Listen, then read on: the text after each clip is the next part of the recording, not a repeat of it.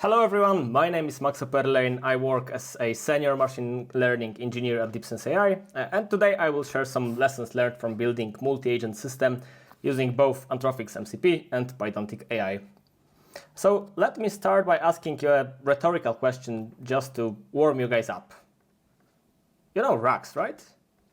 Well, of course you do. Everybody knows RAGs, but they are super old, super boring. Who cares? They are like 3 years old, right? So we doesn't care about them. Let's not waste more seconds on that. Agents on the other side. Yeah, everything is agentic now. Everything has MCP support. Everybody knows that. Everybody knows that on LinkedIn especially. So this is what we will focus now. We at deepsense also know that. Apparently our open source RAG building tool is now agentic. So it's finally worth a GitHub star. So give it to our beloved RAGbits authors. They will be super happy. Jokes aside, it's obvious that RAG systems are super useful. They will continue to be useful and they will continue to be core use case for LLM projects. And agents on the other side are still evolving. This is evolving field, but it is super interesting field to learn. So we will focus on them in today's talk. The story is simple. One of our customers wanted us to build a multi-agent system. So we used Pydantic AI as our base framework for agent creation. We experimented with many different providers, many different models. We decided to stick with Claude models.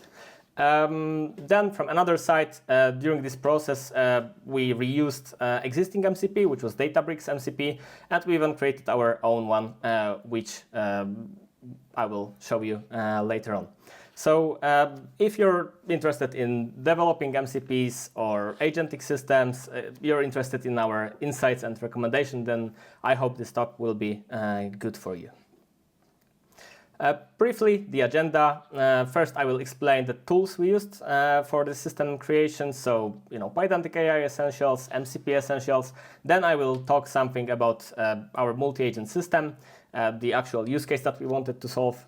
Then 10 lessons learned. I hope this will be the most interesting and most practical part of this talk for you. I hope you will be able to easily apply those lessons learned to your system. So we learned them the hard way, so maybe you don't need to. Finally, we'll end with some short summary. Let's move to a brief overview of Pydantic AI. And just for you to know, I will not explain the basic AI agent fundamentals. This is not the topic of this talk. So I'll just assume you know the basics, but I would like to show you some basic capabilities of this particular framework. So Pydantic AI has been around for a while now. It seems it have done a good job because other agentic frameworks are basically mimicking some of their patterns. So if you're accustomed to either OpenAI Agents SDK or maybe ADK from Google, you should feel right at home. So this is the first basic use case. This one you should know. So we get this basic agent class. We are creating the agent object right there. We are specifying the provider and model. So Pydantic AI is actually model agnostic. So we can select any provider we want from those popular or less popular ones, and they got you covered. You just need to pass some credentials. Then you got some system prompt, which is called instructions. Here you're running it synchronously or asynchronously, however you like, and then you're receiving the answer. So this is pretty straightforward. Then if you're interested about some structured output from your agent, then, well, Pydantic AI was obviously created by Pydantic people, so they know something a little bit about typing and validation. That's where Pydantic models are super useful to basically put output type, and then the agent response actually will be structured that way. Then we got tools. This is also a common use case. We got this decorator for the agent, which will actually allow us to use some tools like here, rolling the dice. Yeah, this is quite easy and done with one decorator. Then dependency injection, we can pass some context to our agent. So let's say we want to search some products with our tool and we want the database connection. So it can be easily done. So this database connection can be easily injected into our agent invocation. So you got it right here. We got the prompt, we got the dependencies, and the dependencies are actually specified like that. And here we are querying the database for searching the product. So this is how we use dependencies in Pydantic AI. We got support for streaming. This is also quite common thing. Then we got multi-agent delegation. In this use case, we have 3 agents. One of them is router agent, and this router agent doesn't have a specific instruction. It will just route to other specialist agents. So we got technical support expert, we got billing specialist. So those two are actually, the specialists that can answer the questions. The router got 2 tools, and well, when the question is asked about some credit card issue, then this router tool will actually invoke this get billing support tool, which is delegating the task into billing agent. And the billing agent will respond and return the result, so that router agent can also return that for our user. Then, interactions between agents often do not have linear flow. So maybe some agent interactions are actually will require the cycles like that. We got the vending machine example where, some coins are inserted, some products are chosen, and then when we want to purchase but we don't have enough money, then maybe we need to come back and insert more coin. This is of course non-LLM example, but you can imagine that it is the same way in agentic nodes. So this is the last feature I wanted to discuss when it comes to Pydantic AI, and this is graph-based workflows. So in short, we define those nodes as data classes. We got a couple of those here, and then based on some conditional, based on some conditions, we can redirect from one node to another and create the graph like that. So for example, if we don't have enough money, then in purchase, we should go back to insert coin, and then insert coin will go to some other state, etc. So this is how the graphs look like. Some time ago, when I gave a talk specifically about Pydantic AI, I created this comparison table featuring some major players in the field. Well, back then it was, I think, a couple of months ago. I don't know, 4 or 5 months ago. It was certainly the Pydantic AI was certainly the best framework on the market. Now all competitors have implemented nearly all the features that are important in AI agent frameworks. So you can imagine it's not so easy to choose anymore. If I were to start a new project, I would still use Pydantic AI. I'm just the most familiar with it, and I find it the more mature, but and also prefer their eval framework and observability framework. I will show you them. I will show them to you in a minute. But yeah, just to clarify, it's not like the other solutions are bad. It's just, I'm used to that, so I think you should try them yourself and maybe select the proper one for your use case. All right, let's move to the MCP essentials, so what it is and how to code it. This will be very quick, so I hope you know some aspects of MCP. If not, then we got those key pain points. So imagine that you have an AI agent and you wanted to use those tools, right? We want to integrate some external APIs like Google Calendar, ChromaDB for vector store, or data processing platform. So our customer had data processing platform, and we wanted to connect our agents with this platform. Well, you can imagine that we need to create a distinct tool for each AI agent for Google Calendar. And if we will have multiple AI agents in our system, then we would need to create a separate tool based on the same API twice, because we need different integrations. So another problem is when the API schema change, then we got problems. We need to adjust it everywhere in our system. The credential mess is also a problem. Then we got different protocols like REST API, GraphQL, or whatever. So plenty of integration here. So in general, this is the environment before MCP. And right now, when we have MCP, it's a bit easier. So it was introduced by Anthropic, so those from Claude models, in November 2024. And it standardizes how AI agents communicate with external tools and data sources. What I mean by that is we are creating one MCP server to basically expose all the tools available for Google Calendar. And the same for ChromaDB and maybe the data processing platform. So we got one place, and which is, again, just a set of tools. This is language agnostic, so we can reuse it in Python or JavaScript or wherever. It is built on JSON-RPC 2.0 foundation. I will show you this JSON file in a second. But yeah, you can imagine that one of those servers can be reused by many, for example, 15 agents. And what is another beautiful part is that MCP is right now, quite fashionable, I would say, quite popular. So those API providers are actually also providing MCP servers for us. So we don't need to code those MCP servers, not always. We can reuse the existing ones. And this is how we actually code MCP. This is super simple, and it was made simple by FastMCP.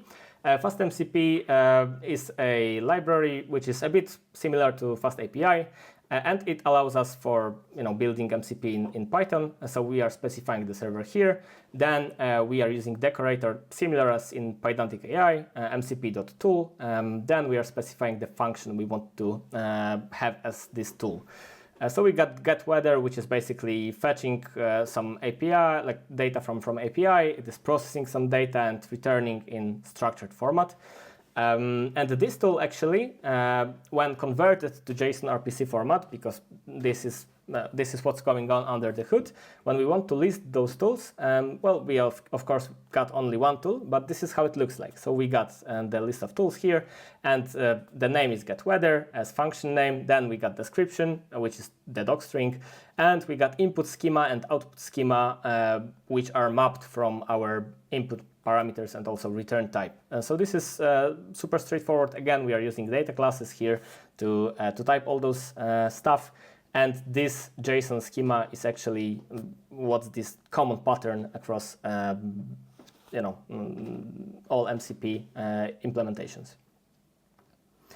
And this is exactly where MCP meets Pydantic AI, because the only thing remaining is to actually run this MCP server. So we need to run this mcp.run with some config, with some credentials possibly, and then the server is there. So of course we got it locally right now, we can deploy it, that's not a problem, and then we need to use it somehow. So we need to create this MCP client.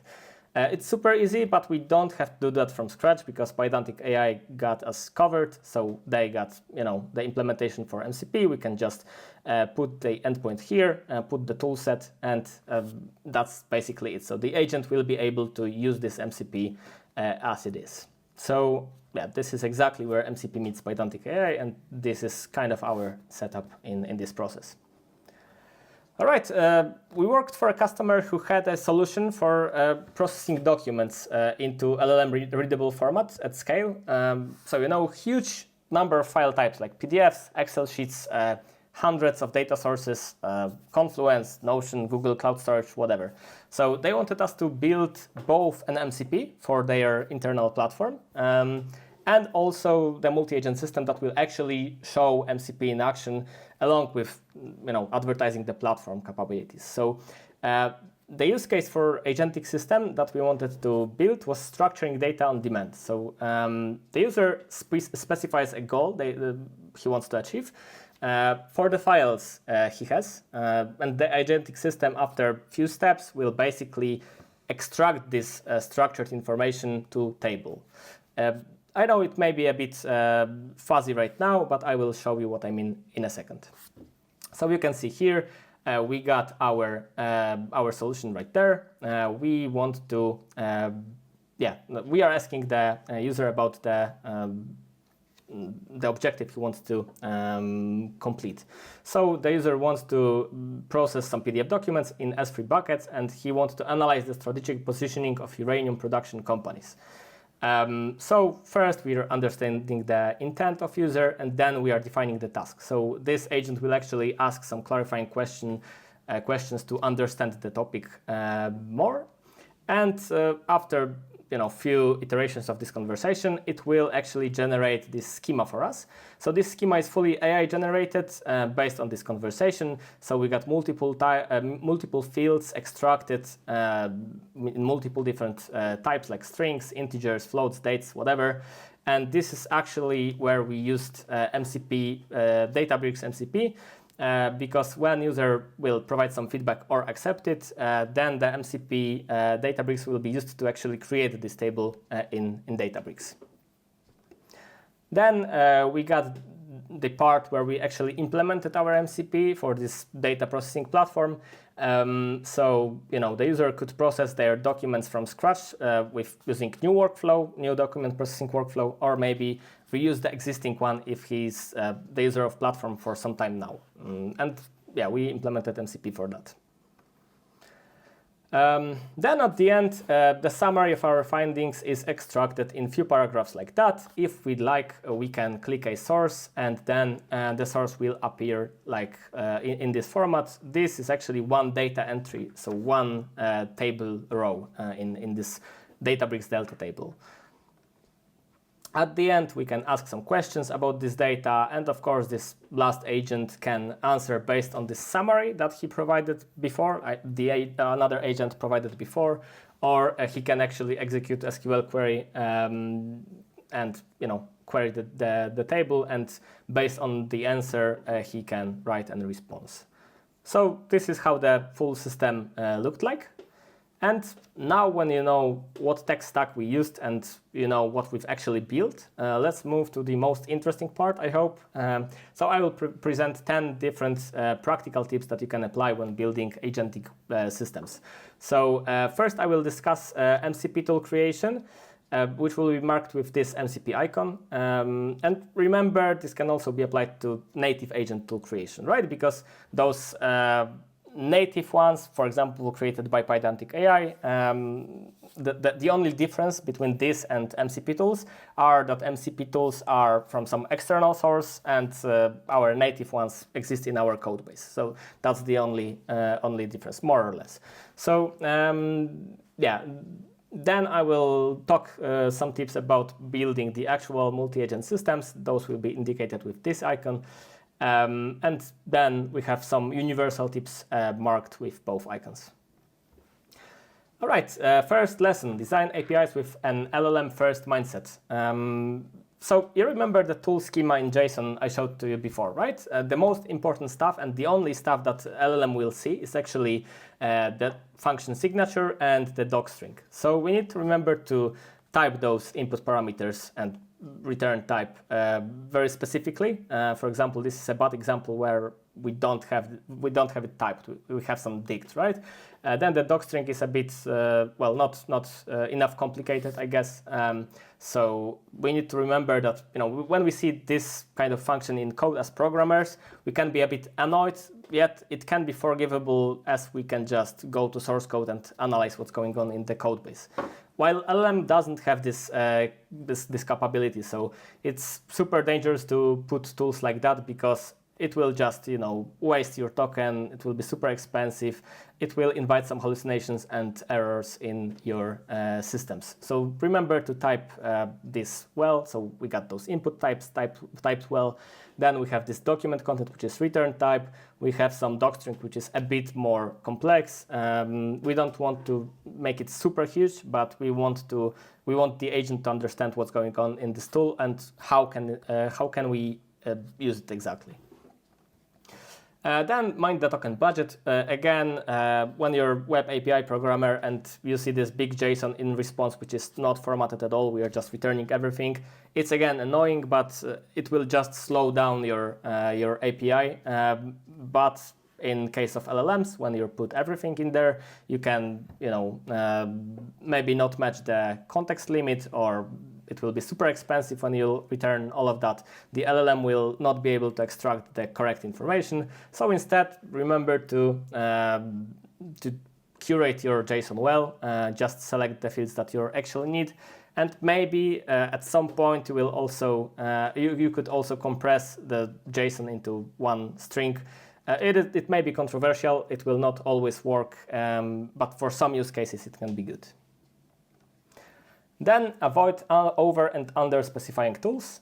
So this is actually our use case. You remember that we created those workflows, data processing workflows for multiple data sources. So we could process the data in S3, in Google Drive, in Azure Blob, and we had many of those.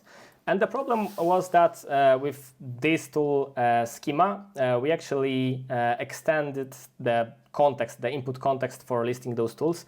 It took 16K tokens to actually list those tools. And it was problematic because we wanted to try out the Claude Code free version of Claude Code, which had only 10K context at maximum. So this was the limit. So what we actually did was to unify those tools, and it worked great for us. As I mentioned, for example, Pydantic AI knows exactly how to call this tool.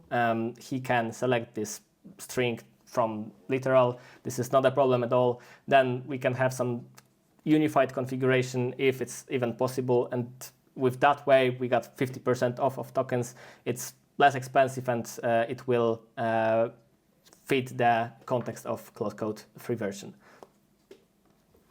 Then this is more of an agentic lesson. So remember to filter and limit tools per agent. We don't want all tools to be exposed to all agents because it's not very secure.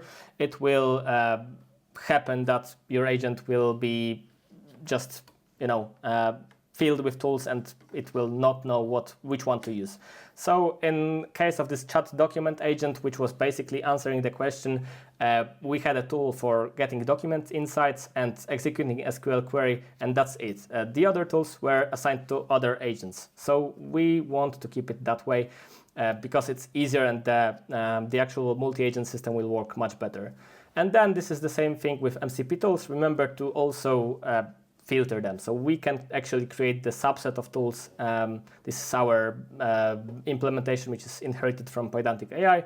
So basically, we are selecting the tools that we want to use for this particular agent. Then select proper model for proper use case. We used Claude Sonnet 3.5 as our main model. Now we got 4.5. This is great at reasoning. It's achieving great results on all the benchmarks. We got pretty decent knowledge cutoff. But then the pricing is not very welcoming, and also the latency, it's like 1.8 seconds time to first token. Not to mention this is without reasoning. So with reasoning, it's even more. You can imagine that we want it to be much quicker. I mean, the usual chat conversation should be much quicker. So we can just basically split the responsibilities. So this one will be more for creative tasks, complex tasks. And for example, Claude Haiku, which is much faster. Of course, it's not that good, but it's much cheaper. It's much quicker. So we can use it for day-to-day conversations with this conversational agent. If it's not quick enough for you, if the latency is not enough for you, then just use Gemini 2.0 Flash. It's extremely quick, or some other models that you prefer. Then, the observability isn't really optional. So with good observability debugging tool, you can do miracles and debug your application with ease. Then I absolutely love Pydantic Logfire. It's a great tool to do that. We got this history here. It's across different months. We can, of course, filter by date. Then when we go to the details, we have those traces here. So as you can see, they are grouped and nested. So this is actually one part, like one operation of the agent. So we got the time schema right there. We can see where are the bottlenecks, for example. We can see input, output tokens. We can see the pricing when we hover over it. Then when we click at particular trace, we can see what model was used, what was the system prompt, what was the user prompt, maybe what's the tool used, and also the output, the actual output from LLM. What is even more beautiful is that not only Pydantic AI is supported here, also normal OpenAI or OpenAI agents, Anthropic to maybe some HTTP requests, MCP, some SQL libraries. So everything will be stuck here. We just need to add one line, which is logfire.instrument something, and then everything will be instrumented. So I definitely recommend this tool. Then remember about testing your agents. This is also super crucial because maybe some prompt change will actually affect your performance. So you'd like to know that before actually putting it in production, right? So again, Pydantic Evals got you covered, which is a subset of Pydantic AI functionalities. We can create the cases like that. You see, this is a simple case. This is the name of that. We got the input for our agent. We got expected output. And we got some metadata for filtering or sorting. Then we are creating the evaluator. So we want to know how to score our cases. So right here, this is only a sample one. So if the expected output is exactly the same as output, then we are setting score to 1. If the case is not matching, then we are returning 0.8, and then we are returning 0 if the result is bad, right? Then we are creating the data set for all of our cases here, and this is how the actual output looks like. Of course, we'll have multiple of those in our production code. This is super cool. We don't need to set our evaluators by ourselves. There are plenty of evaluators implemented in Pydantic Evals. For example, LLM as a judge right there. So we are basically providing this LLM the way of the instruction how we want to evaluate this particular task. So for example, here we are evaluating if our structured insights are grounded in the document, directly related, or comprehensive in covering the relevant information, right? So then we are running this data set and we'll get the similar table as before, but created by this LLM as a judge approach. Then don't trust your agent. We got some robust guardrails. So of course, we got this structured output. We remembered that the agent can actually return some output which is returned in a structured way, but maybe we want some more validation. For example, let's say that the tool was actually saving some insights in the database, and we would like to see if this LLM didn't hallucinate and didn't return some error while doing so, right? So maybe we want to check out if this insights is actually inside the database before we will return this insight to our system. If not, then we are raising model retry, and this model retry with some feedback will actually go back to our agent, and our agent will try again using this feedback as guideline. So this is super cool. Don't trust your agents, do that. Then the last part, not the last, but almost the last part is graph approach. So I introduced you to graph approach in Pydantic AI, but sometimes it may be an overkill. So our flow our demo was more or less linear. We had some comebacks, but like in its basics, it was quite linear. So we implemented it using graph approach, but the code is not as good in reading as just normal linear flow, because we got this graph class. It accepts some nodes. Those nodes can be in different order. We are starting from validate payment. We can go to some other node. Maybe then we need to come back to that. You can imagine that those functions, those run functions methods can be quite long and quite complex. So if we know how to do it and we can do it, I would encourage you to basically use linear flow. This is the same with less code, less complexity. It's linear, so it's easier to read. So watch out about those graphs when you build your system. Lesson 10, well, security is super important. GitHub users knows that already. There was this interesting case where we had this GitHub MCP and some malicious issue was created in public GitHub repo. And it actually tricked the AI agent into injecting some private repo data into public PR. So we had some information leaked from the private data of some companies or projects inside public PRs. So, there are many use cases like that. You need to remember about some rules. There are many topics to cover here, and time, unfortunately, is limited, which is why I allow myself a quick self-promotion instead. So if you want to know more about security and you prefer written form, then we have written a similar article. Big kudos to Kamil Plucinski, which is a co-author of this article and also helped me preparing this talk. So yeah, thanks to you. And if you're interested, then feel free to take a look. And if you're interested specifically about LLM security, then there is this another deep talk which is covering that topic. So I encourage you to watch that. All right, so let's move to the summary. MCP standardizes agent integration. We don't have that middleware overhead, but it's double-edged sword. So if it's designed purely, then it will basically bloat context windows. It will be super expensive. The errors will be there, and the agent reasoning will be destroyed. So remember to keep your multi-agent system modular, scalable, secure. Remember about observability and evaluation. Again, Pydantic AI has great solutions for that. Then we don't know yet if MCP will become a standard in industry, but there is a big potential for it to become this USB-C for AI integration. So I recommend learning that if you can have, and if you have capacity for that. All right, and this will be it from my side. Thank you guys for listening.